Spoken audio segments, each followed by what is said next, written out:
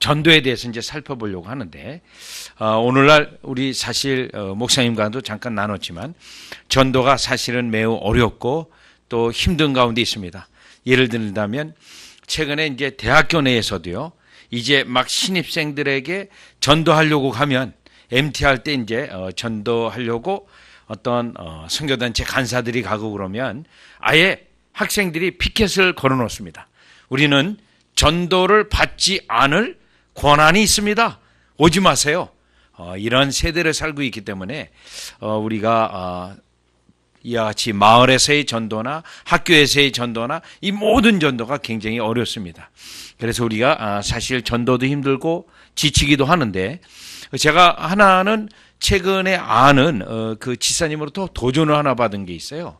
그 본인이 이제 캐피탈 금융회사인데요, 이제 신입사원 때 무조건 훈련시키기 위해서 그 캐피탈 돈을 융자해주는 전단지를 가지고 지하철역 입구라든가 그런 곳에 이제 무조건 나가라고 한다고 합니다. 그래서 이제 신입사원 때 어떤 담대함도 키우고 그 영업사원의 어떤 기질을 키우기 위해서 그렇게 이제 훈련을 하는데, 그래서 본인이 10,000장의 전단지를 줬대요. 이 지하철에서 안녕하세요 하고 10,000장의 전단지를 줬는데 그 중에 딱 한 명이 응답해서 전화가 왔다는 거예요. 제가 이제 말을 하는 거였습니다.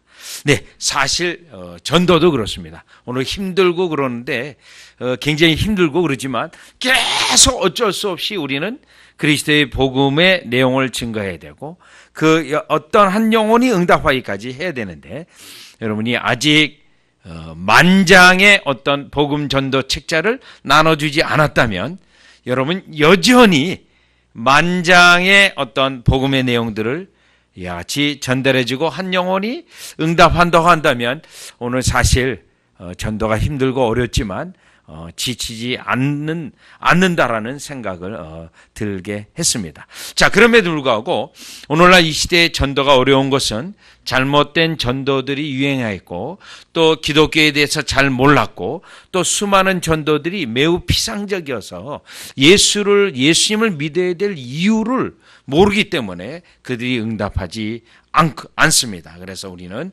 성경에서 말하고 있는 이 전도를 우리가 한번 생각해 보려고 하고, 또 이 전도를 왜 이와 같이 개혁주의 이제 봄세미나 첫 번째 제1회로 제가 목사님에게 왜 전도를 이렇게 권면했냐면, 이 전도를 통해서 때로는 교회 역사를 보면 전도를 통해서 하나님께서 교회에 성령을 부어주십니다.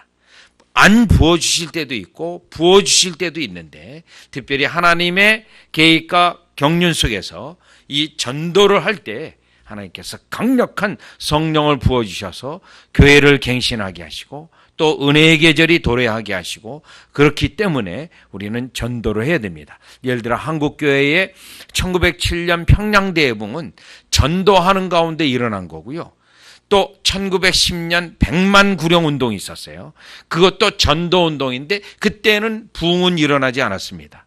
그러니까 우리가 부흥이 일어나고 영적 각성이 크게 일어나고 수많은 영혼들이 교회에 몰려오는 일들이, 그 결정적인 일들은 하나님의 주권에 달려 있는데 그것을 위해서 우리가 이 땅에서 해야 되는 의무는 전도기 때문에 우리 인천 열린교회가 이와 같이 교회가 설립이 되어지고 오늘날까지 오면서 또 여러분이 은혜의 계절과 또 성령의 강력한 역동적인 교회의 생활을 경험하기 위한다면 여러분들이 가장 급선무는 어렵고 힘들어도 전도하러 직접 발을 움직여서 현장에 나가고, 또 그 전도할 때 여러분 내용이 없이 나가면 아무 소용이 없습니다.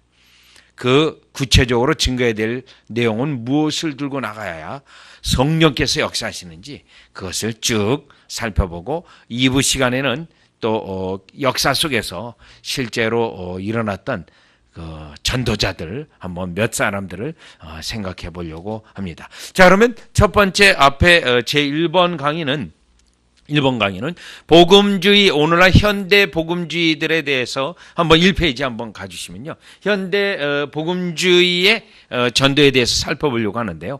현대 복음주의는 여러분 역사를 잠깐 살펴보면 1943년부터 시작되었는 운동인데, 쉬운 복음, 또 그 내용에서는 싸구려 은혜라고 또 실용주의, 자 이러한 사상들이 교회에 들어와서 전도가 이제 지금까지 1943년 최소한 17세기, 18세기, 19세기까지 강력한 성경 전도를 교회가 해오다가 20세기 들어가면서 갑자기 전도가 인간적인 그런 방법으로 바뀌게 됩니다. 그게 1943년인데 이게 이제 신복음주의 운동이 일어났어요. 그리고 요 다음으로 1947년에 풀러 신학교가 세워졌고요. 1949년에 빌리 그레함이 사역했고, 1953년에 빌브라이트라고 하는 대학생 선교회 단체에서 요 사형리가 나오게 되어집니다.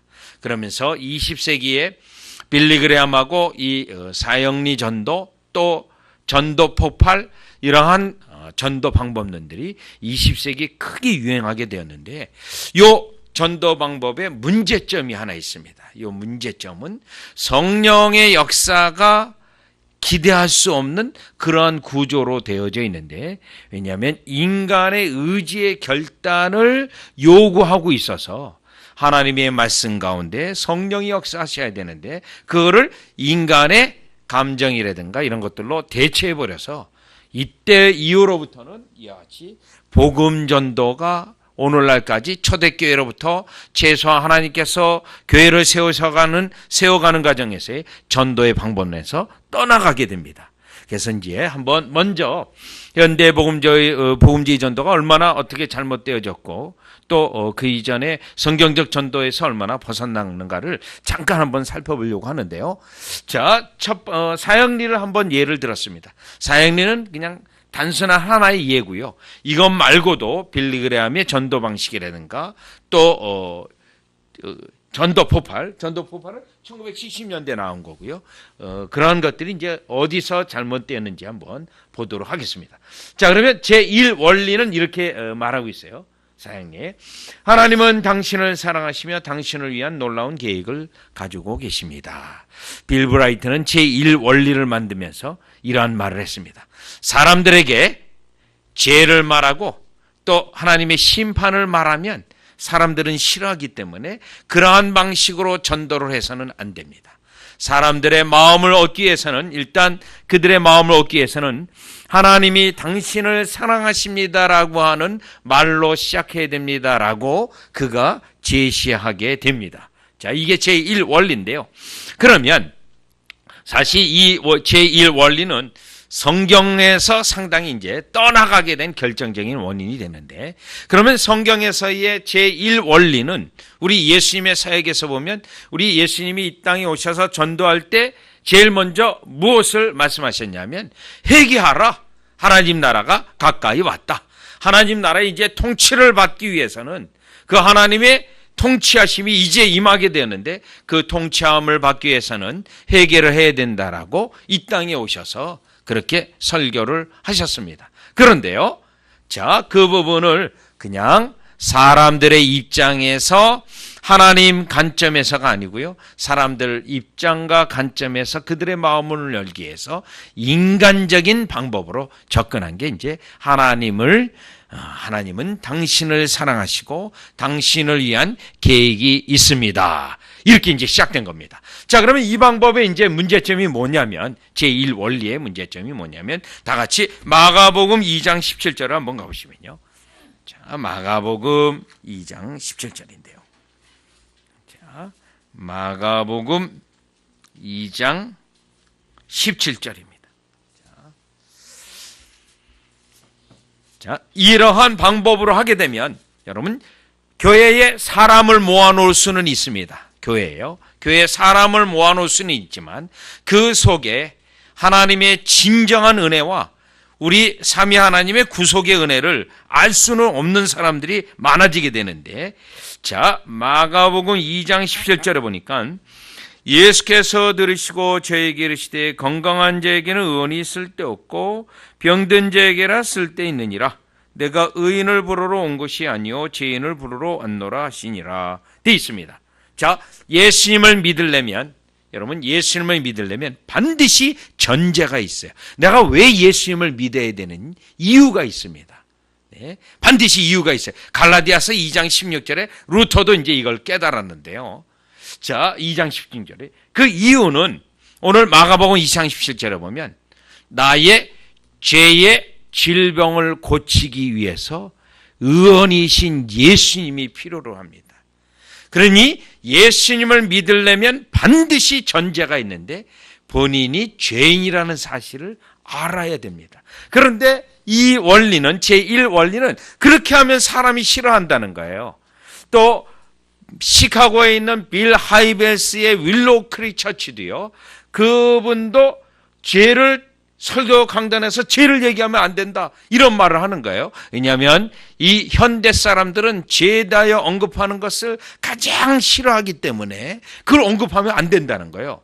그러니 그들은 이 하나님은 당신을 사랑하시며 당신을 향한 계획이 있습니다 라고 그들이 이제 시작하게 된 겁니다. 따라서 예수님의 방법이라든가 사도들의 방법이라든가 또 종교개혁 이후에 우리 개혁신앙 가운데서의 전도의 방식에서 결정적으로 떠나가게 된 것이 요 1943년에 신복음주의로부터 시작한 이런 가벼운 복음전도 운동이 여기서부터 벗어나게 되는 것이죠.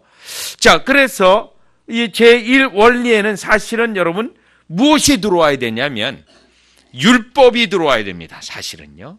율법이 들어와서 그 율법을 통해서 우리가 죄인이라는 사실이 사실은 제1로 들어와야 되는데 이 원리는 루터의 종교개혁 원리이기도 합니다. 다 같이 갈라디아서 2장 16절 한번 또 보시면요. 갈라디아서, 그리고 요 하나님은 당신을 사랑하십니다라고 전도하는 것은 신학적으로는 그 배경 속에 알미니안주의가 자리를 잡고 있습니다. 알미니안주의요. 그러니까 하나님이 나를 사랑하니까 어떻게 해요? 내가 그 사랑을 받아들이기로 결심을 하면 그걸 믿음으로 보는 거예요. 그러면 구원받는다는 거예요. 그런데 성경에서는 그렇게 믿음이 발생되지 않습니다. 성령의 역사로 인해서 죄인이라는 사실의 각성이 일어나야 그 다음에 믿음이 발생되는 건데 이 알미니안주의 방식은 그렇게 했어요.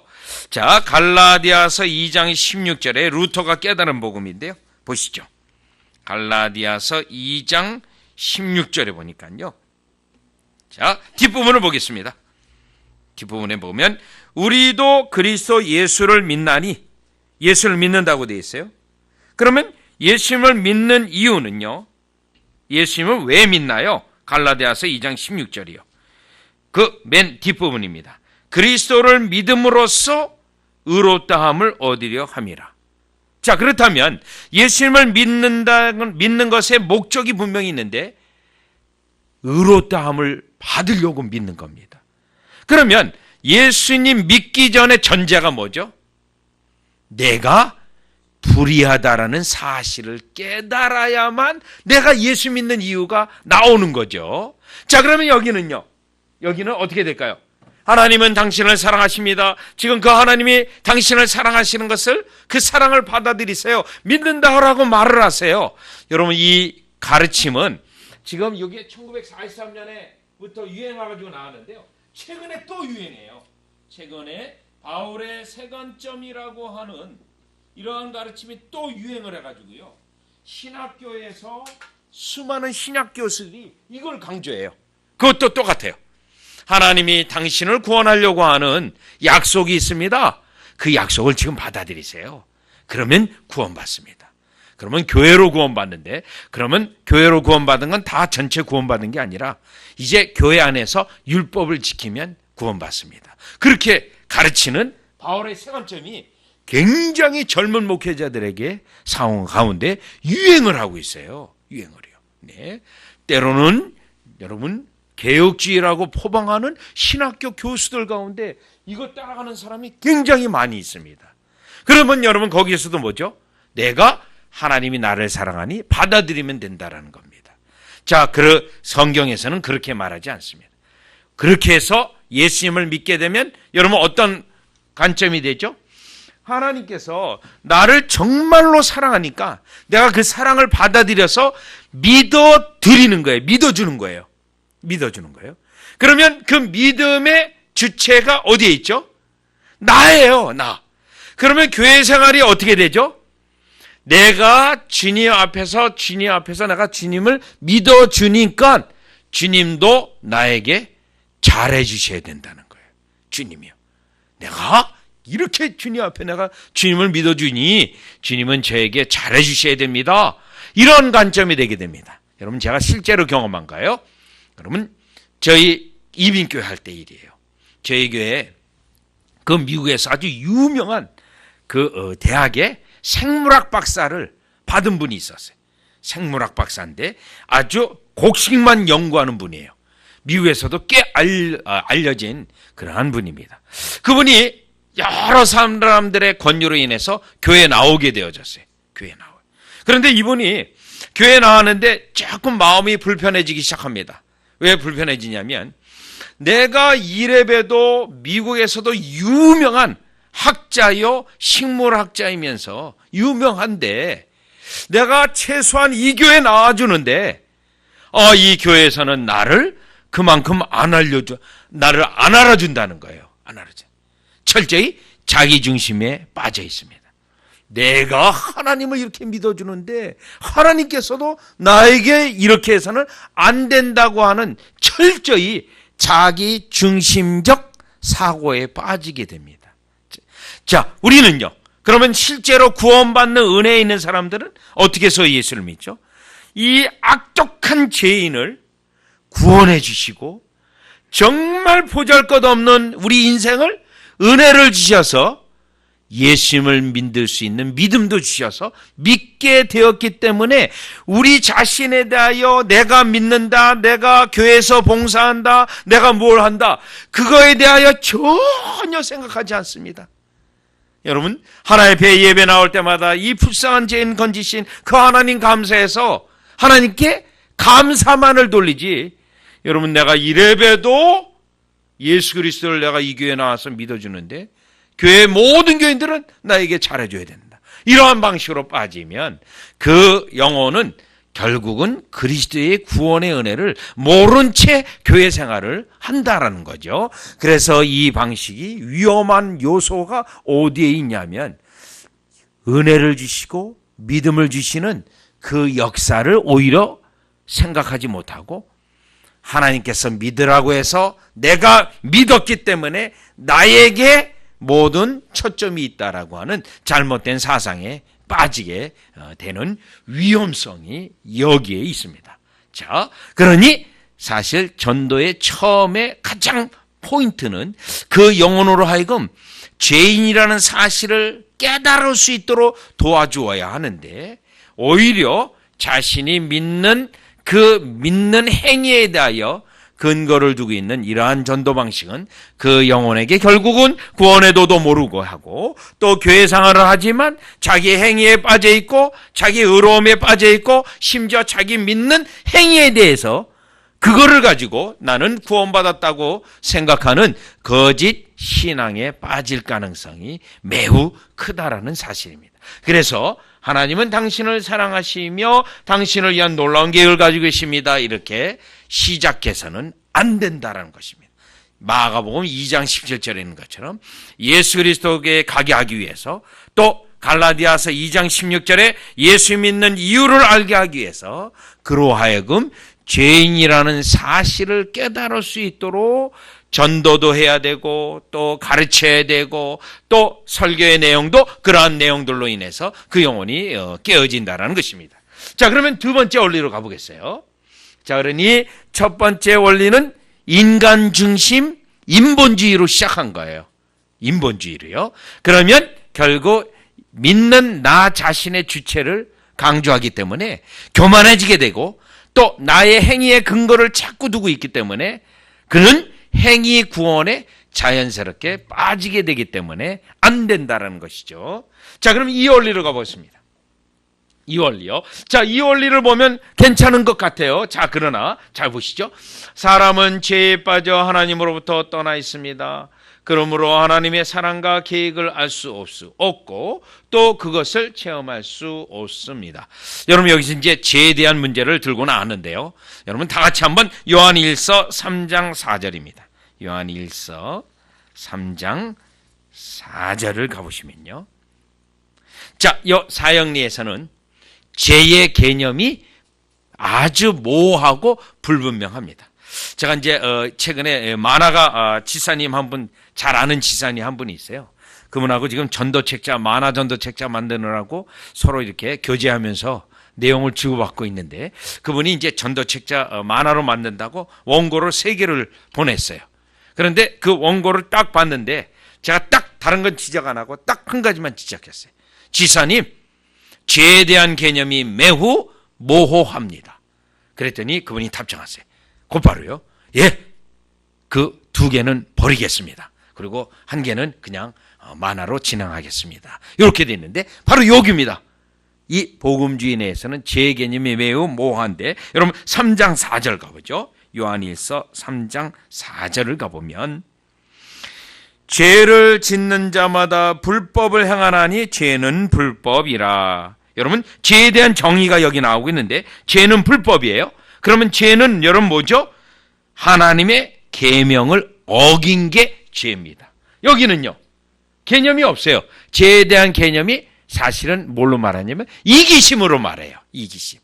내가 오늘날까지 나 중심으로 살아왔습니다. 여러분, 그걸 죄로 말하는데요, 그거는 죄의 효과지 그거 자체를 죄라고 말하면 안 됩니다. 왜 이게 중요하냐면, 여러분, 죄라는 개념 자체가 여러분 굉장히 분명해요. 왜냐하면 계명이 와서 계명을 가지고 나의 죄를 구체적으로 깨닫기 때문에. 구체적으로. 네? 자, 그런데 이기심 같은 건 뭐예요? 그냥 이건 주관적인 거예요. 그래서 객관적 죄를 드러내는 것에 효과뿐이지, 죄를 말할 때는 계명을 어긴 죄로서 죄 자체가 구체적으로 언급되어야 됩니다. 또 성령님께서도 계명을 사용해서 죄를 구체적으로 드러나게 해서요, 우리의 죄도 구체적인 죄로 회개하도록 하세요. 여러분, 예를 하나 들어보겠어요. 하나님, 제가 지금까지 많은 죄를 지었습니다. 또 알고도 지은 죄, 모르고도 지은 죄, 이러한 죄들이 많이 있습니다. 또 모르고도 지은 죄는 저도 지금 여전히 모릅니다. 그러나 주님은 다 알고 계시니 나의 모든 죄를 용서해 주십시오. 여러분, 그러한 회개를 했다면 그러한 회개는 도매금 회개로서요, 회개가 아닙니다. 회개가요. 회개하려면 죄를 내가 구체적으로 깨닫고 그리고 그 구체적인 죄에서 떠나야 되거든요. 그런데 바로 이 원리에서는 죄 개념이 모호해서, 지금 자 보시죠. 죄에 빠져 하나님으로부터 떠나 있습니다, 이렇게 말을 하면 안 되고요. 말을 하려면 당시에는 하나님의 계명을 어겨서 죄에 빠져 있고, 또 당신은 죄의 효과인 하나님의 심판 아래에 있습니다, 이렇게 말을 해야 됩니다. 이렇게요. 당신은 지금 죄로 인하여 그냥 하나님께 떠나 있다는 것, 여러분 이거 아무 문제 없어 보이잖아요. 그러니까 무신론자는 이렇게 말할 수 있어요. 뭐 떠나 있는 게 뭐 어때서요? 이렇게 말할 수도 있잖아요. 뭐 내가 뭐 아무 문제 없습니다, 말할 수 있지 않습니까?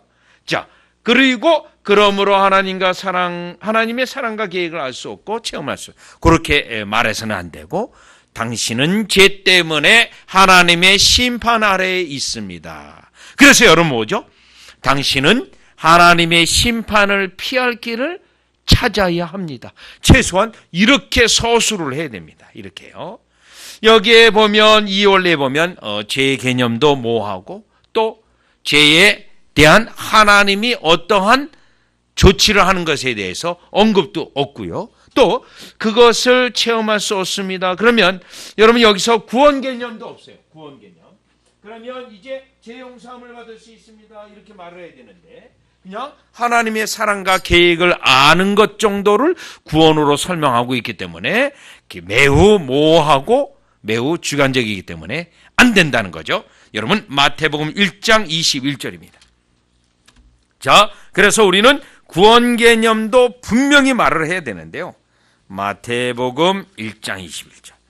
그래서 정교개혁 이후에 여러분 우리 개혁주의 역사, 개혁교회 역사에서는 탁월한 전도자들이 굉장히 많이 나왔어요. 탁월한 전도자들이. 그 탁월한 전도자들, D.L. 무디도 그렇고요. 존 페이턴도 그렇고요. 존 페이턴 같은 경우는 스코틀랜드 자유 장로교회 출신인데요. 그 호주하고 뉴질랜드 중간에 섬들이 모여있는 나라가 있어요. 뉴 헤브라이드라고. 거기는 식인종입니다. 식인종인데 그러한 지역에 들어가서 전도해서 성령의 강력한 역사가 부흥이 일어나가지고 그 마을 자체가 그 원주민이 사람 죽으면 시체를 요리해서 먹었던 사람들이요. 무당을 섬기고 그런들이 다 무당 버리고 이 사람 요리해 먹는 거 버리고 이제 그들이 그리스도 안에게 돌아오는 그런 역사인데 정말 위대한 탁월한 전도자가 많아요. 조나단 에드워드도 전도자였고요. 또 조지 히필드도 전도자였고요. 데이비 브레이너드 수많은 인물들이 있는데 여러분 그들은 이러한 방식으로 전도하지는 않았어요. 이런 식이요. 그런데 이제 이런 정도로 했는데 다 같이 마태복음 1장 21절. 마태복음 1장 21절에 보면요.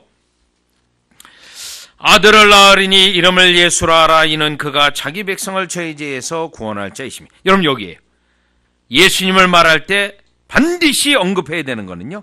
죄에서 구원할 자이십니다. 죄에서 구원하시다. 그러니 여러분 복음 전도의 내용을 한마디로 요약한다면 뭡니까? 여러분 죄와 구원이에요. 죄와 복음 전도의 핵심은요. 그래서 죄를 드러내야 돼. 드러내야 구원이 그리스도 안에 있기 때문에 그리스도에 대해서 이제 설명이 되어지는 거거든요. 그런데 이러한 전도의 책자에 보면 이러한 내용들이 아예 누락되어 있고 빠져 있다는 겁니다. 그러면 여러분 이 부분에 있어서 우리가 잠깐 어떤 이걸 비판만 하는 건 아니고요. 이걸 통해서 그러면 우리가 너무나 잘못되고 있으니까 성경적 원리를 찾자는 거예요. 자, 그렇다면 지금 죄와 구원을 드러내야 되는데 여러분 다 같이 요한복음 3장을 가봅니다. 전도 폭발에서 훈련할 때 중요히 여기는 두 개의 구절이 요한복음 3장하고 요한복음 4장인데요. 요한복음 예수님의 전도 방법이에요. 지금 자 요한복음 3장 5절을 보시죠. 중생의 가르침으로 예수님이 전도했어요. 자 요한복음 3장 5절을 보니까요. 진실로 진실로 내게로니 사람이 물과 성령으로 나지 아니하면 하나님 나라에 들어갈 수 없느니라. 여러분 이렇게 말했는데 그럼 여러분 거듭나지 않으면 어떻게 된다는 겁니까? 지옥 간다는 거예요. 지옥 간다는 거. 거듭나지 않으면 지옥 갑니다. 그러면 이 말을 듣고 있는 이 니고데모가 그러면 이 거듭남이 굉장히 중요한 거구나. 그러니까 곧바로 뭐라고 대답하죠? 질문하죠. 어떻게 거듭납니까? 라고 질문하잖아요. 네. 왜요? 지옥이라는 하나님의 형벌에 대한 두려움이 이 예수님의 전도적 메시지에서 깨달아지는 거죠. 4장을 가보죠. 요한복음 4장을 가보면 여러분 4장 17절 18절입니다. 여러분 혹시 이 전도 대상자가 여러분 혹시 주위에 가까이 있는 가정에 있다거나 혹은 나의 배우자이거나 여러분 그러한 경우도 있습니다. 여러분 그러한 경우 내가 왜 전도에 때때로 유효한 역사가 없냐면 강력한 역사가 없냐면요. 내가 내 주위에 있는 식구들에게나 그들에게 예수 그리스도를 믿는 목적과 그 메시지가 전달이 안 됐어요. 전달이 안 돼. 예, 전달이 안 돼. 그러니까 쉽게 얘기한다면 이거예요. 예수님 믿으면 그냥 건강하고 부자가 된다. 만약에 그러한 방식으로 이 예수 믿는 것에 대하여 식구들에게 비춰졌다면 예수를 그렇게 믿어야 될 이유를 모르는 거죠. 나 건강 안 해도 돼.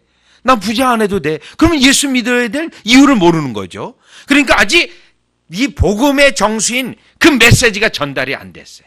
또 한편으로는 내가 그리스도를 믿으면서 섬김이 없다든가 그러면 전혀 나에게 있는 생명을 보여줄 수 없거든요. 구원의 은혜를. 그러면 전도에 유효하지 않은 거예요. 그러면 나 혼자만 그냥 교회에 나온 교회 생활하는 그런 경우가 되겠죠. 자, 요한복음 4장을 보시죠. 4장이요. 그래서 저 아는 자매는 자기 남편이 경찰인데 이 교회를 잘 안 나와요. 그런데 이 아내가 이렇게 합니다.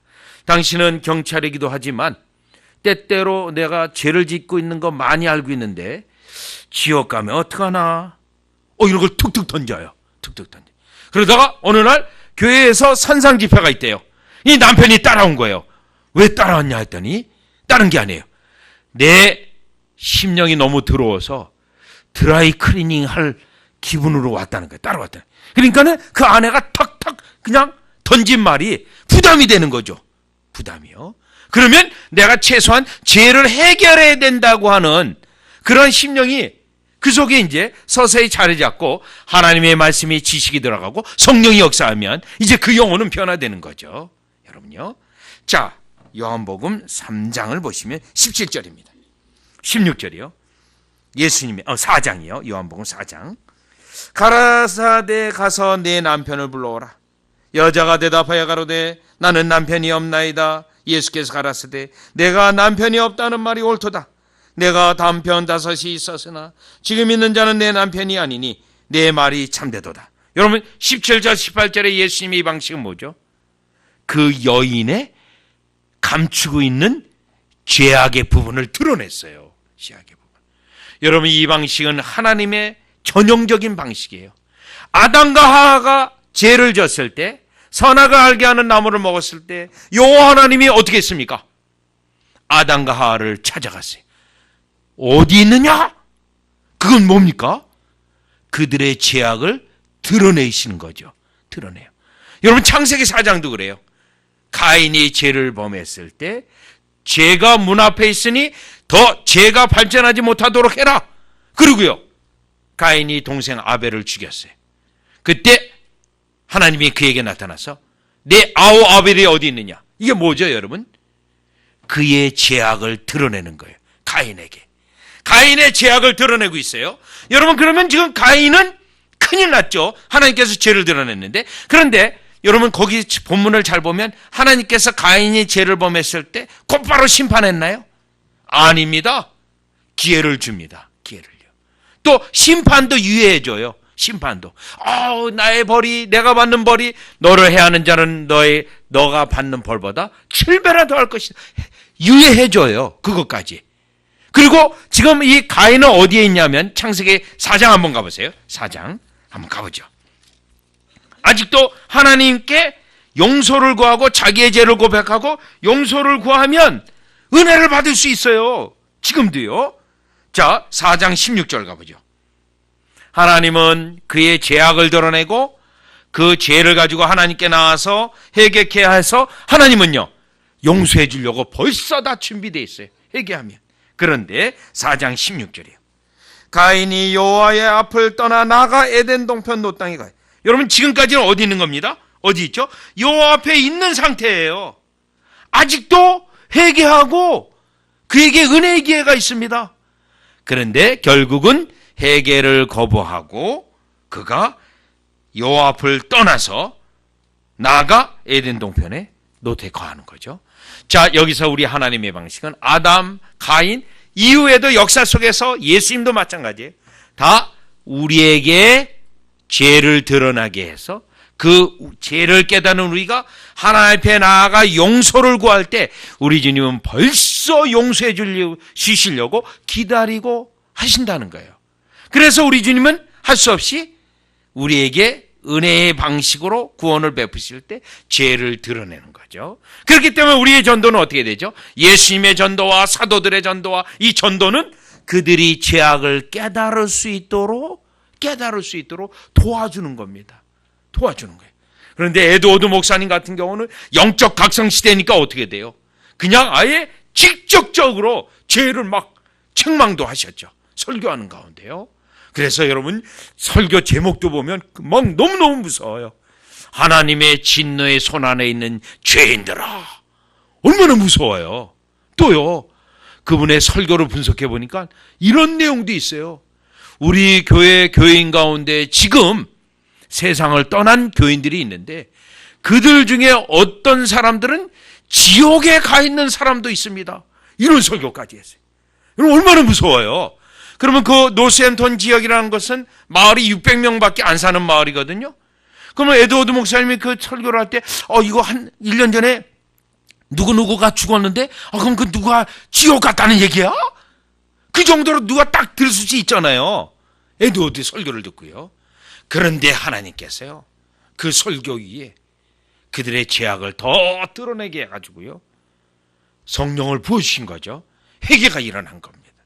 그래서 우리는 전도자의 중요한 원리는 그들로 하여금 두 원리예요. 죄를 깨닫게 해서 도와주는 거예요. 우리가 죄를 깨닫게 도와주어서 오직 유일한 구원자이신 그리스도에게 나오도록 도와주는 겁니다. 그럼 왜 오늘날 우리의 전도가 효력이 없을까요? 여러분요, 저는 이 시대가 너무 냉랭한 시대이기도 하지만 우리가 메시지를 정확히 전하고 있지 않기 때문에 그들이 예수 그리스도를 믿어야 될 정확한 이유와 그 긴급성을 모르기 때문에 그들이 믿지 않는다라고 봅니다.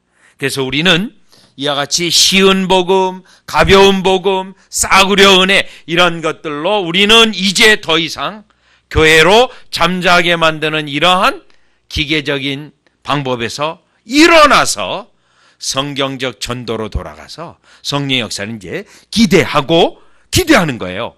여러분, 그래서 여러분 우리 인천 열린교회가 최소한 여러분 오늘 많이 안 오셔도 여러분 관계없어요.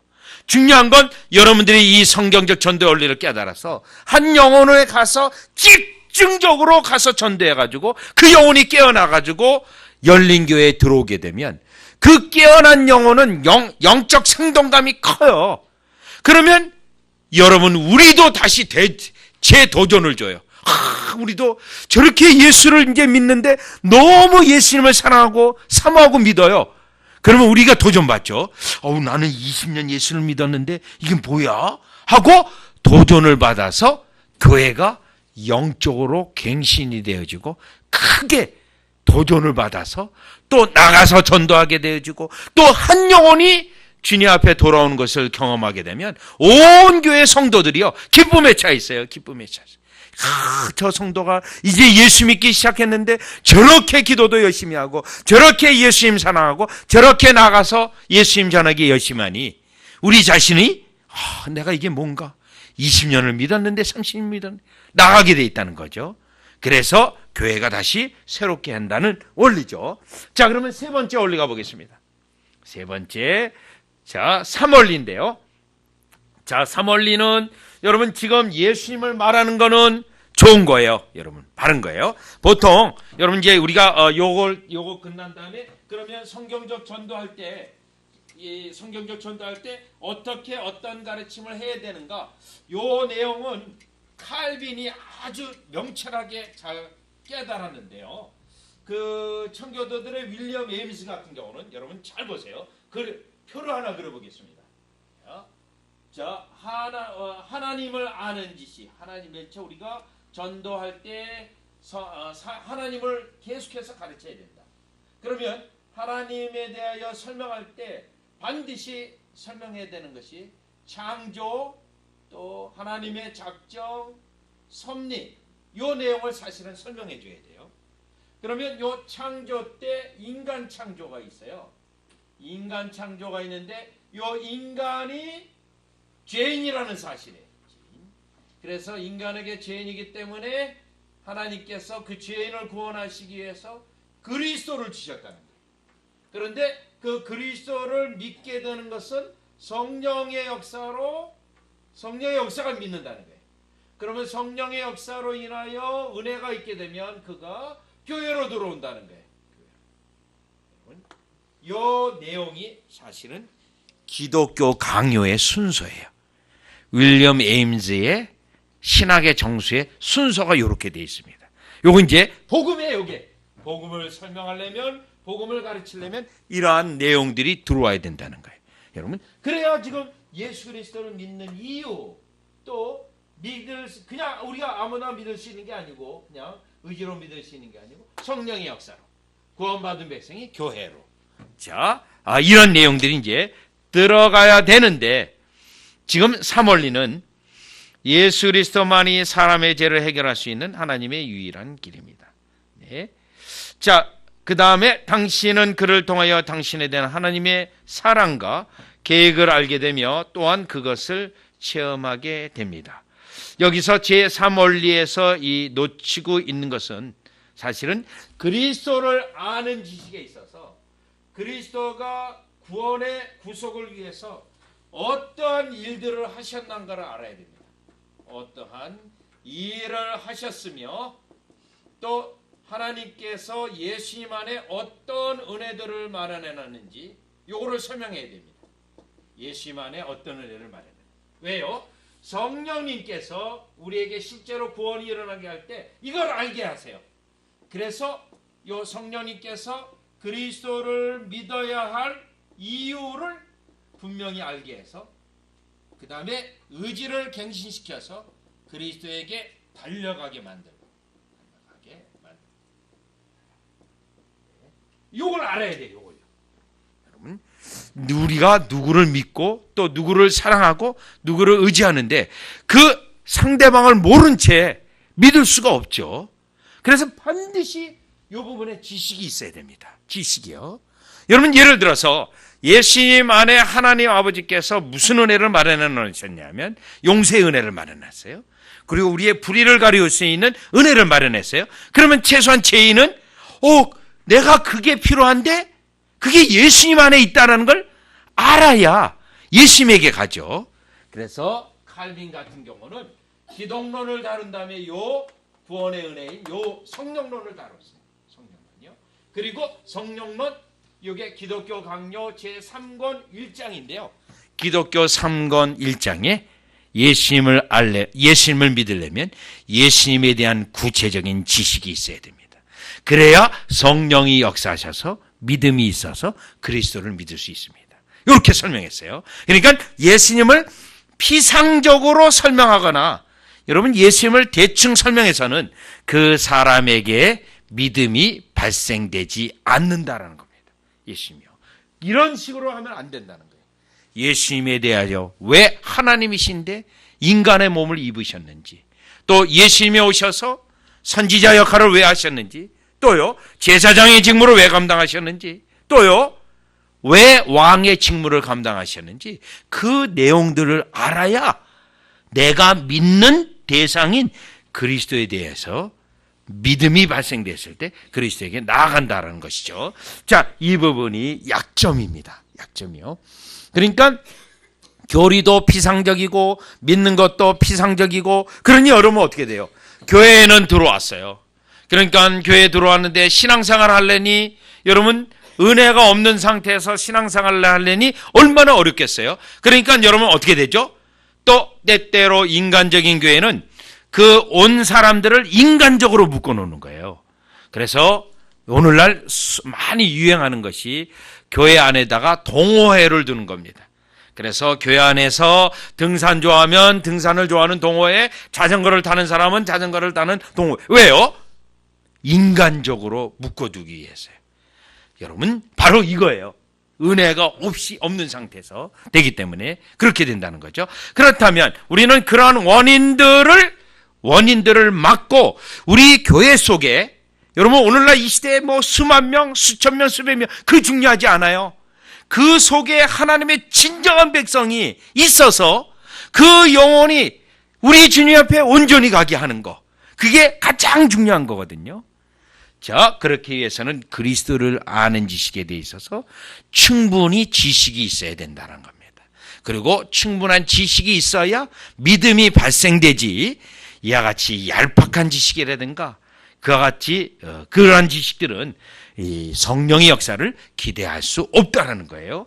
자, 네 번째 원리입니다. 이 네 번째 원리가 제일 문제가 있어요. 이게 알미니안주의인데요. 우리는 개인적으로 예수 그리스도를 나의 구주, 나의 하나님으로 영접해야 합니다. 여러분, 여기서 영접하는데 내가 영접하는 거예요. 여러분, 내가 영접하는 건 맞아요. 그런데요, 내가 영접하려면, 예수님을 영접하려면 영접 이전에 뭐가 있어야 되냐면 중생 거듭남이 있어야 됩니다. 다 같이 요한복음 1장 12절 13절을 가보세요. 요한복음 영접해야 된대요. 자, 영접.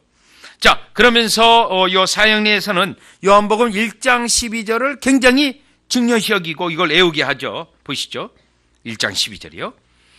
영접하는 자 곧 그 이름을 믿는 자들에게는 하나님의 자녀가 되는 권세를 주셨으니. 그러니까 어떻게 해요? 영접하라는 거예요. 그런데 13절이 중요해요. 13절이요. 이는 영접하려면요, 혈통으로나 육적으로나 사람의 뜻으로 나지 아니하고, 사람의 뜻이라는 건 사람의 의지로 되지 않는다는 거예요. 오직 하나님께로서 난 자들이니라. 여러분, 여기서 중요한 게 있어요. 하나님께로서 난 자라는 용어인데 사도 요한이 중생을 거듭남과 함께 쓰는 용어입니다. 요한 1서에서는 5번 나와요. 5번이요. 요한 1서에서만. 그러면 여러분, 영접하려면 먼저 뭐가 있어야 된다고요? 하나님께로부터 나는 중생의 역사가 있어야 영접할 수 있다. 그러면 여기서 이 중생은 뭐냐면 우리의 자유의지를 갱신시켜요. 거듭 갱신이요. 그런데 우리의 원래 아담과 타락 이후에 우리의 자유의지는 예수님에게 절대로 안 나갑니다. 안 나가. 나아갈 이유도 없고요. 나아갈 수도 없어요. 네. 자, 모든 어떤 세상 사람들이 여러분 술에 중독이 걸렸어요. 마약에 중독이 걸렸어요. 또는 도박 중독이 걸렸어요. 잘 못 끊습니다. 왜 그럴까요? 그 의지가 약하기 때문에 못 끊어요. 그런데요, 우리 주님은 아예 그 자유 의지를 성령으로 갱신시켜서 예수님에게 나아갈 수 있는 그런 의지로 만들어 주시거든요. 그런데 여기는 다시 보시죠. 영접해야 됩니다. 그러면 우리는 우리 각 사람에 대한 하나님의 사랑과 계획을 알게 되며 그것을 체험하게 됩니다. 다음 뒷부분이요. 초청이에요. 그리스도를 영접한다는 뜻은 나 중심에서 하나님 중심으로 바꾸는 것이며, 여러분, 바꾸는 것으로 봐요. 여기 잘못입니다. 영접한다는 것은 우리가 전적으로 구원을 위해 그리스도에게만 의존한다는 거예요. 의존한다. 믿는다는 거.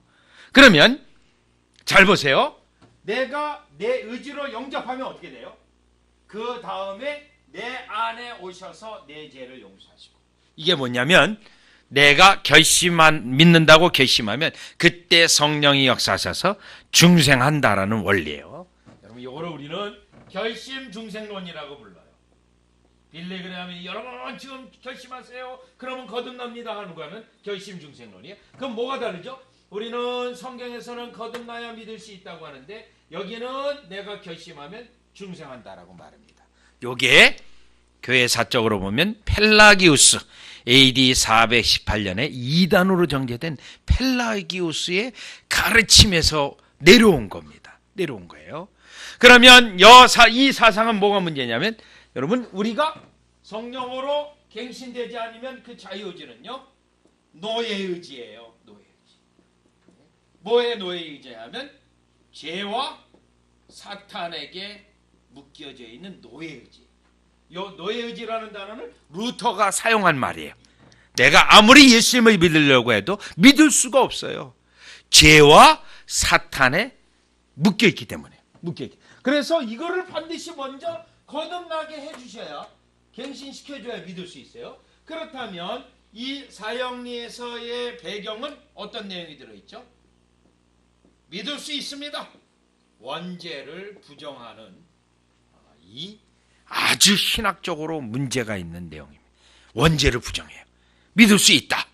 그러면 여러분, 지금 이 가르침을 따르는 그러한 교회는 로마 캐톨릭 교회가 이 가르침을 따르고 있고, 결국 로마 카톨릭에서 파생해서 나온 로마 카톨릭의 거의 80% 이상을 받아들인 그러한 성공의 교회, 그리고 성공의 교회에서 나온 여러 교단들, 그러한 교단들은 다 여전히 지금도 이 신학을 가지고 있는 겁니다. 이 신학을요.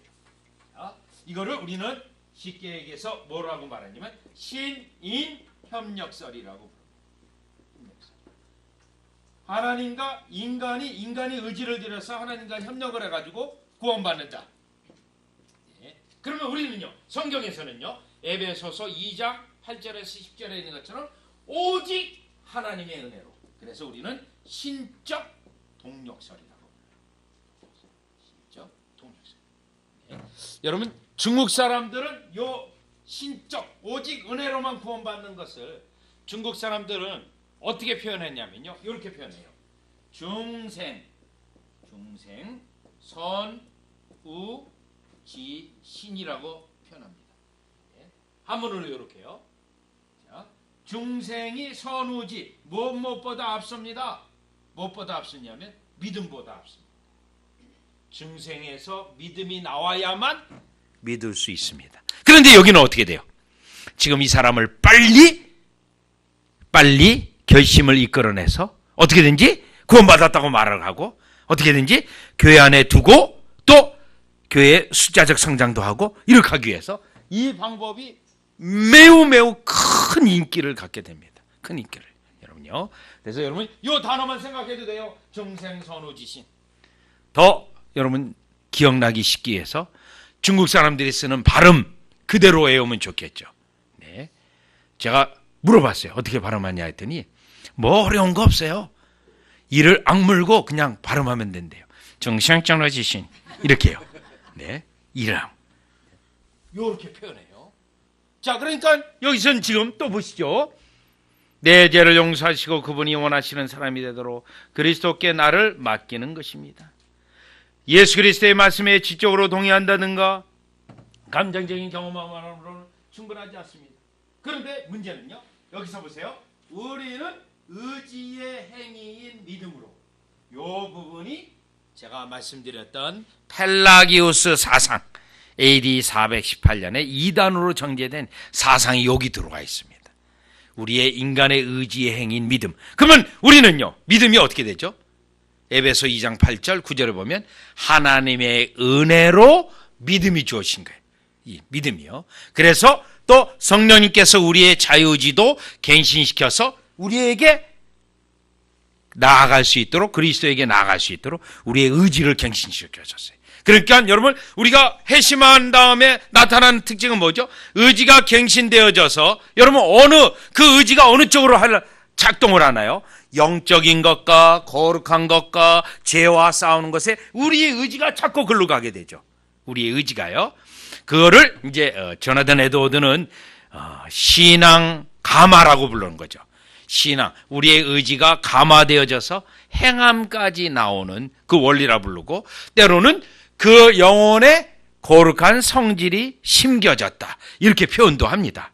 자, 그러니까 여러분 여기서 우리가 결정적으로 이러한 사형리의 이러한 전도나 초청이 결정적으로 오류가 있는데, 그 오류는 전도에 있어서 성령의 역사를 배제시킨다는 겁니다. 성령의 역사. 그 부분은 제가 이 말을 한 거는 제 말이 아니고요. 웨스민스터 신앙고백서를 만들었던 청교도들이 알미니안주의의 신학의 가장 큰 위험은 성령의 이와 같이 유한 역사를 완전히 없애버리는 데 있다. 그거를 성령이 하실 일을 인간의 의지로 대체해버려서 실제로는 믿는다고 하지만 그 영혼은 구원의 상태가 아닌 자들이 교회 속에 가득가득 차게 되었다. 이 말을 이제 하거든요. 자, 그렇기 때문에 고린도전서 2장 4절에 자, 일단 우리가 이 잘못된 걸 너무 많이 연구할 필요도 없고, 요 하나만 여러분 딱 보면 뭐 어디가 잘못됐고 뭐가 잘못됐구나. 그러면 우리가 이제 성경적 전도로 어떻게 해야 되겠구나, 이제 그 부분으로 넘어가려고 하는데요. 자, 고린도전서 2장 4절에 보니까요. 4절. 그래서 어떻게 전도해야 되냐면 일단 여러분, 이 현대 복음주의가 성령의 유효한 역사를 완전히 빼버렸기 때문에 우리는 이걸 다시 회복해야 되기 때문에 어떻게 해야 되냐면 고린도전서 2장 4절이요. 내 말과 내 전도함이 지혜 권하는 말로 하지 아니하고 다만 성령의 나타남과 능력으로 하여. 여러분, 지혜에 권하는 말로 하지 아니하세요. 네. 뭐 수사학적으로 현란한 말을 사용하라. 내가 말을 잘못하는 거 아유 관계없습니다. 계속해서 뭐예요? 하나님의 말씀을 가르치면서 성령의 나타남과 능력으로 하여. 그렇다면 전도는 뭐예요? 다음 고린도전서 3장에 가보죠. 3장에 가보면 3장 6절이요. 전도는 뭔가 이거예요. 3장 6절에 보면 나는 심었고 아볼로는 물을 주었으되 오직 하나님은 자라나게 하셨나니 그런즉 심는 이나 물 주는 이는 아무것도 아니로되 오직 자라나게 하시는 하나님뿐이시니라. 심는 이와 물 주는 이가 일반인이 각각 자기 일하는 대로 자기의 상을 받으리니. 여러분, 여기에서 나타난 성경적 전도는 뭐죠? 심고 물 주고 심고 물 주고 심고 물 주는 겁니다. 그런데 우리가 심고 물 주고 할 때 누가 역사하셔야 된다고요? 성령님이 역사하셔서, 하나님이 역사하셔서 자라나게 하셔야 돼요.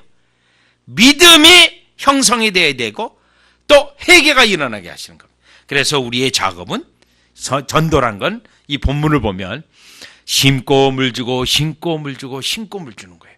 그러면 여러분 때때로 잔디밭에 혹시 여러분 물을 주신 경험이 있습니까? 특별히 잔디를 막 심고 나서요. 제 친구의 지금 수양관이 있는데요. 우리 목사님도 불광동 수양관에 왔는데 거기 앞에 너무 먼지가 나서 잔디를 심었어요. 얼마 전에요. 며칠 전에 잔디를 심었는데 제가 그 잔디의 원리 알거든요. 그래서 제가 얘기했습니다. 그거 매일 10시간씩 매일 3주는 줘야 될 텐데 얘기했어요. 그런데 저보고 어떻게 알았냐 그러더라고요. 여러분, 그겁니다. 잔디를 심었는데요. 이 잔디가 뿌리를 내리고 땅에 들어가기 위해서요. 물이 이 완전히 발목에 잠길 때까지요. 그 상태로 3주를 가야 돼요. 3주. 그래야 뿌리가 내려요, 여러분. 예. 이 바울이 말하고 있는 이거 원리 마찬가지입니다. 심고 물 주고 심고 물 주고 계속 이 작업이요. 여러분, 오늘날 여러분이 지금까지 전도 사역하면서 여러분이 열매가 잘 없었다. 여러분, 한번 돌아볼 때입니다. 나는 과연 얼마나 여기에 심고 물 주고 심고 물 주고 했는가? 아, 나는 그냥 한번 딱 심었는데, 심으려고 딱 했는데 들어오지 마세요 했단 말이죠. 그걸로 끝날 것인가? 아니면 또 가서 또 한번 던져볼 건가? 또 그리고 이 뿌렸는데 그게 날 보장도 없잖아요. 보장도 없잖아요. 그리고 또 계속 물을 얼마나 줬는가? 물을 줘. 여러분, 한번 우리가 돌아볼 때입니다. 왜요? 성경에서의 전도 원리가 그래서 이렇기 때문에 그래요. 저는 그래서 이제 이 전도 프로그램 무슨 프로그램 다 별로 안 좋아하는데요. 과거에는 제가 선교단체도 있어서 다 해봤어요. 뭐 내비게이터도 있었고요. 또 제가 CCC에 한때 이렇게 좀 연루돼서 그것도 했었고요. 또요, IBF에도 있었고요. IBF 같은 건 제가 서강대학에서 설교 사역도 했었거든요. 선교단체 다 해봤는데 아니더라고요. 또 전도 포팔도 대한민국에 제일 먼저 들어와서 제일 먼저 훈련받았어요. 그리고 그걸 가지고 여의도 고수부지 가가지고 토요일마다 막 했던 사람이에요. 그런데 아닌 것 같은데 신학교 교수들에게 물어보고 해도 잘 모르더라고요. 그래서 사실은 제가 공부한 것도 이게 과연 어떤 것이 가장 성경적 전도인가, 그게 제일 저희 머릿속에 궁금했어요. 그러니까 한번 연구해보자 해서 제가 공부를 이제 더 하게 됐는데, 사실 이거예요, 여러분. 예. 그래서 심고 물 주고 심고 물 주고, 그게 곧 성경에서 말하는 전도라는 거죠. 언제까지요? 성령이 나타나기까지, 그리고 오직 자라나게 하시는 자라나게 하실 때까지요. 그 왜 이렇게 하냐면요. 다시 고린도전서 2장 5절이요. 2장 5절에 보면 왜 주님이 이러한 방식으로 영혼을 건지시냐면요. 그들이 갖고 있는 믿음이 사람의 지혜에 있지 아니하고 다만 하나님의 능력에 있게 하려 하노라. 요겁니다. 하나님의 능력으로 구원의 은혜를 경험한. 또요. 자, 3장에 다시 고린도전서 3장에 보시면 자 7절이에요. 그런즉 심는 이나 물주는 이는 아무것도 아니로되. 여러분, 전도자는 사실 아무것도 아닙니다. 실제로 그 죽은 영혼에게 생명을 일으키는 하나님만이 영광 받으셔야 되죠. 하나님 영광. 이것 때문에 그래요. 여러분, 이것 때문에요.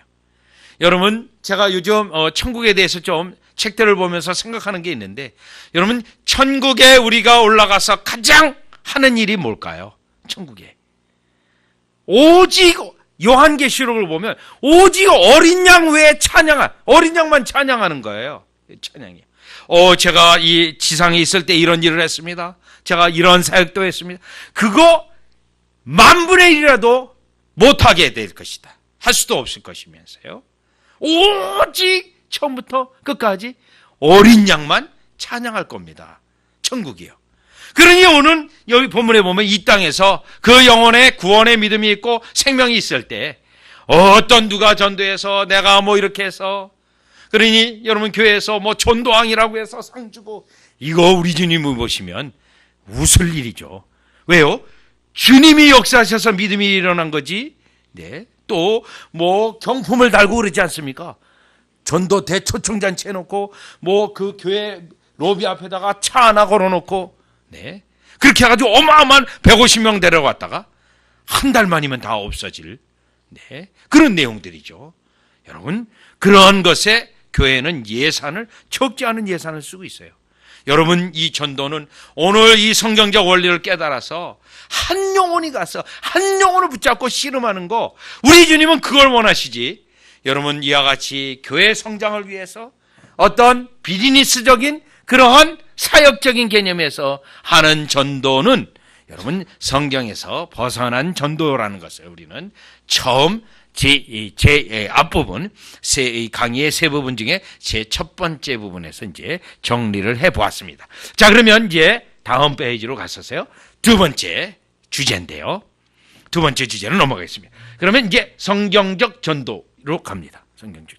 자, 그러면 이제 성경적 전도로 가기 전에 혹시 질문, 나 이거 들으면서 너무 이 질문이 있어서 질문해야겠다 라고 하신 분은 질문하셔도 되는데, 혹시 여러분이 질문 안 하시면 제가 스스로 질문을 하고 대답을 하겠는데요.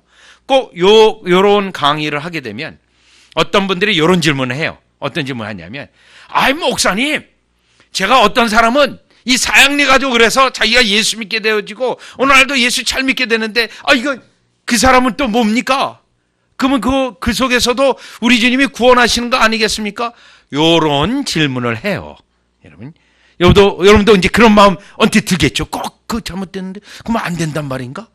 여러분, 어떤 영혼을 구원하는 것은 하나님의 주권적 사역이에요. 그런데 저는 그러한 사형리 같은 것들이 성경에서 떠나 있기 때문에 여러분, 그 잘못된 방식에서 성령이 역사하셔서 구원이 일어났다고 보지는 않습니다. 잘못된 방법으로요. 왜요?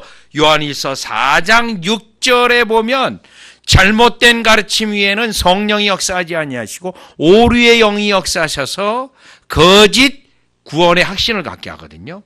그런데 거기서 중요한 것은 여러분, 마태복음 4장에 보면요, 우리가 기억해야 되는 것은, 자, 마귀가 예수 유혹할 때 이 돌들을 떡으로 명하여 당신의 배고픔을 면하시오. 이렇게 마귀가 제안했어요. 자, 예수님이요, 지금 40일 금식하면서 시장하였기 때문에 여러분 그렇게 하실 수도 있잖아요. 네, 배고프구나. 돌을 떡으로 만들어서 드실 수 있잖아요. 그런데 예수님은 뭐라고 돼 있죠? 불법이라고 말했습니다. 불법이. 하나님의 뜻에 맞지 않는 거죠. 여러분요. 그러니까 우리가 이 본문을 통해서 하나님의 말씀의 원리에서 벗어난 것은 불법입니다. 그래서 마치 불법을 사용해서도 한 영혼을 구원할 수 있다라고 하는 그 논리는 잘못된 논리인데, 19세기에 찰스 피니가 잘못된 방식으로 부흥회를 이끌었을 때 프린스턴 신학교 교수들이 그 불법이다라고 말을 하고 성령님은 하나님의 진리에 역사하는 거지 성경에서 벗어난 가르침 위에 성령이 역사하는 것이 아닙니다라고 아주 강조를 했기 때문에 혹시 여러분이 그러한 어떤 반대의 질문을 직면한다거나 그런 생각이 들게 되시면 여러분 만약에 그 영혼이 그와 같이 구원의 은혜를 누렸다 한다면 여러분 잘못된 방식이 아니라 또 다른 하나님의 섭리 속에서 그 영혼이 진리를 깨닫고 성령의 역사로 구원받은 것이지 이와 같이 잘못된 방식으로 우리 주님이 구원하시는 원리는 성경에서 벗어난다는 것을 말씀을 드리고 싶습니다. 네네.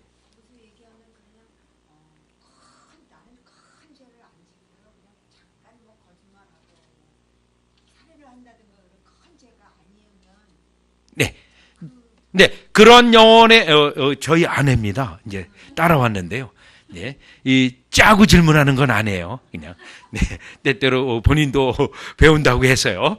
자, 지금 그 질문은 아직 율법을 경험하지 못한 상태입니다. 네, 그래서 하나님의 십계명을 경험하게 되면 자기의 죄악이 큰다는 것을 깨닫게 돼 있어요. 자기 죄악이요. 그러면 보통 사람들은 어떻게 합니까? 내가 오늘날까지 사기친 것도 없고요. 거짓말한 것도 없고 그래도 내가 선하게 살아왔는데 네, 거짓말도 안 하고요. 그런 식으로 나는 죄인이 아니다라고 생각한 것은 아직 계명을 경험하지 못했고 또 계명 위에 역사하시는 성령의 역사가 없는 상태입니다. 그런 경우는 어떻게 되죠? 계속해서 계명을 가르쳐야 됩니다. 성령의 역사를 기대하면서요. 계명을요. 네, 계명을 가르친다는 건 십계명 강론이라든가 그게 계속 되어져야 되죠. 그래서 우리 사실 개혁교회는요 예배 때 사도신경도 하고 십계명도 해요. 어떨 때는 두 개 같이 하기도 하고 사도신경 대신 십계명을 하기도 하고 고백으로요. 왜 그러냐면 해중 가운데 아직 거듭나지 않은 영혼이 있다면 그 계명을 듣고 계명을 읽을 때 성령의 질책의 역사를 기대하는 것입니다. 네, 목사님. 저도 짜고 치는. 네네네, 목사님. 네. 사실은 제가 네. 목사님 강의 들으면서 네. 13년 반 동안 사역리 책자 가지고 계속 전도 가르치고 사역이 전부였어요, 사실. 네. 사역리 책자 가지고 뭐 강남 터미널, 네. 서울역, 서울대 학교, 중앙대학교 모든 대학교는 거의 간 것 같아요. 네네. 캠퍼스를 누르면 13년 동안 뛰어다녔거든요. 네. 그래서 뭐 1년 365일 이 전도를 놓치지를 못했어요. 네네. 그렇게 해왔고 네. 또 수많은 사람들을 만났거든요. 한번 네네. 때 40명에서 50명, 70명 정도 데리고 간 적이 있는데 네네. 대형 버스에 가가지고 막 가서 많은 사람들 싸움도 일어나고 해결하고 막 그러면서 전국을 돌면서도 하고 그래서 13년 반 동안 해왔는데 사실 사형리 책자로 해왔던 데에 대해서 제가 해놓고 제가 인도하고 전체를 주도를 했는데 사실 제가 회의에 빠졌습니다. 사실은. 네네. 근데 거기서 실제로 제가 경험한 바로는 많은 사람들이 교회로 왔어요. 네네. 농천동 가서도 보면은 수많은 사람들이 교회로 돌아왔거든요. 네네. 그래서 어느 지역에 한번 가면 100명도 오고 70명도 오고 하는 그런 경험들을 했었거든요. 제 마음 깊은 곳에 이제 교수님께서 오늘 강의를 해주시니까 정말 그들이 주님 앞에 회심하여 참 신자가 됐느냐. 네. 그 문제에 대해서는 괴로웠어요. 네네. 확인이 잘 안 되고 네네. 또 교회 왔지만 2, 3년 동안 정착해서 성숙했다라는 소리는 잘 못 들었거든요. 네네. 사실은 집요하게 그걸 묻고는 싶었어요. 찾아가서 농촌에 어디 갔는데 제가 직접 데려다 놓고 교회 열린교회 사역하면서 데려다 놓고 옆에 해봤는데 진심으로 신자가 됐느냐에 대해서는 수십 명 수백 명이 왔지만 물음표가 항상 들어왔어요. 네네. 나중에는 실망이 되고 그래서 사실은 이제 사형리 책자를 가지고 제일 열심히 뛰었다고 보거든요. 저는. 네네. 그러니까 대형 교회를 다 탐방을 해가지고 우리보다 잘하는 데 있으면 무조건 뛰어넘는 거예요. 그 이상은 안 하면 못 견뎠거든요. 네네. 훈련 받았고 네. 그런데 이제 사형리 책자를 가지고 하는 거에 대한 문제에 대한 제기가 많아가지고 열린교 안에서도 다른 분들하고 많이 싸웠어요, 사실. 네네네. 그리고는 끝까지 이제 사형리 교재를 가지고 가르쳐 갔거든요. 네. 지금 돌아와 보니까 사형 책자에 대한 문제성을 개척하고 있는 줄 알았어요, 제가. 네네. 정확하게 알죠. 네네. 그래서 사형 책자 수십 권을 사다 놓고 새로 이제 개척해서 오신 성도들과 함께 이걸 훈련해서 저는 일평생 이제 전도는 이거다 네네. 하다가 한 1, 2년 가다가 제가 사형 책자를 다 불태웠어요. 네네. 그리고는 네. 너무 많이 낙심이 된 거예요. 사실 네네네. 13년, 15년 동안 그 일을 해오다가 그러나 그 자체는 하나님 섭리 가운데 또 교수님 말씀처럼 다른 사람 구원받았다고 또 하시니까 위로가 되기도 하지만 저의 실수가 또 하나 있는 것 같아요. 우리 성도님들도 계시는데 그 사형 책자를 버리면서 전도 사역 자체를 제가 버렸던 것 같아요. 네. 괴로웠거든요. 네네네. 한쪽인 양심의 가책도 느끼고 이 목회를 한다면서 이럴 수가 있는가. 부교육자 때는 그렇게 날고 뛰면서 하더니 내 속에서 이제 소리 들리는 소리예요. 그래서 네. 사실 지금까지 많이 괴로웠거든요. 네네. 그리고 사실은 제 마음에도 이번에도 전도에 대한 세미나를 요청하려고 한 거 아니었거든요. 네, 그렇죠. 결국에는 다른 거를 요청하려고 했는데 교수님께서 그 말씀을 하시니까 제가 갑자기 놀랐어요. 놀라고 또 하나는 뭐냐면은 그가 그런 전도에 대한 세미나가 이 시대에 또 먹힐까 이제 이런 고민이 또 하나 들어오고요. 걱정도 많은 거예요. 그리고 13년 동안 축도를 해왔는데 이 네네. 그래서 이제 교수님께 여쭤보기는 네. 이 사형 책자를로 갔던 이 빌브라이트가 만들어 놓고 이제 이해하고 지금 신복음주의 노선에서 굉장히 선두주의를 하고 있는 이 내용이 이제 전부가 아니고 문제가 있다라고 하면 이제 새로운 대안을 이제 제시해 주실 텐데 네네. 지금 이제 시대가 또 변한 것 같아요. 네네. 그래서 정말 저부터 영혼들을 향한 사랑하는 마음이 없어요. 네. 말로는 좋아요. 말로는 좋은데 이 가슴에는 타지 않거든요. 결국에는 그 전도법의 그 문제성에 대한 발견 뭐 이게 아니라 그 낙심이 좀 컸던 것 같고 또 하나는 새로운 대안을 못 찾은 방황일 수도 있겠다 싶고 교수님이 오셔서 어떻게 보면 교수님 주장하심으로 이제 이 전도 세미나를 하신 네네네. 네네. 저도 막 당황스러웠어요. 네네. 이게 이제 어떻게 될까 지금 의문인데 그게 이제 사형 책자가 아닌 신보험주의 노선에서 가져간 이것들을 그러면 이게 문제라는 걸 제시됐으면 이제 알려주셨으니까 네. 그 다음은 이제 어떻게 어떤 전도의 방향인가 또 단순한 전도 방법만을 말씀하신 것 같지 않은데 네네네.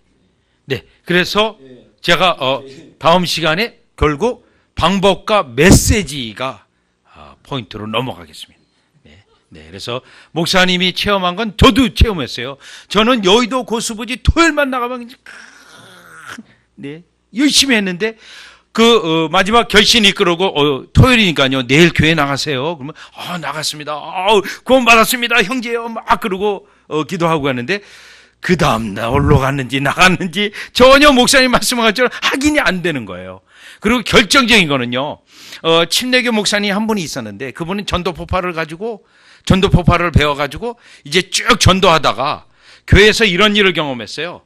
어떤 일을 경험했냐면 그 청년 하나가 아버지를 폭행하는 청년이 있어서 그 청년에게 가서 목사님이 꾸짖으면서 책망을 했더니 이 청년이 목사님이 그때 전도 폭발을 하면서 나 구원받았다고 하는데 구원받았는데 뭐가 문제입니까? 그 소리를 듣고 그때 큰 충격에 빠져서 이건 아닌데 라고 저에게 이제 그런 분도 있었어요.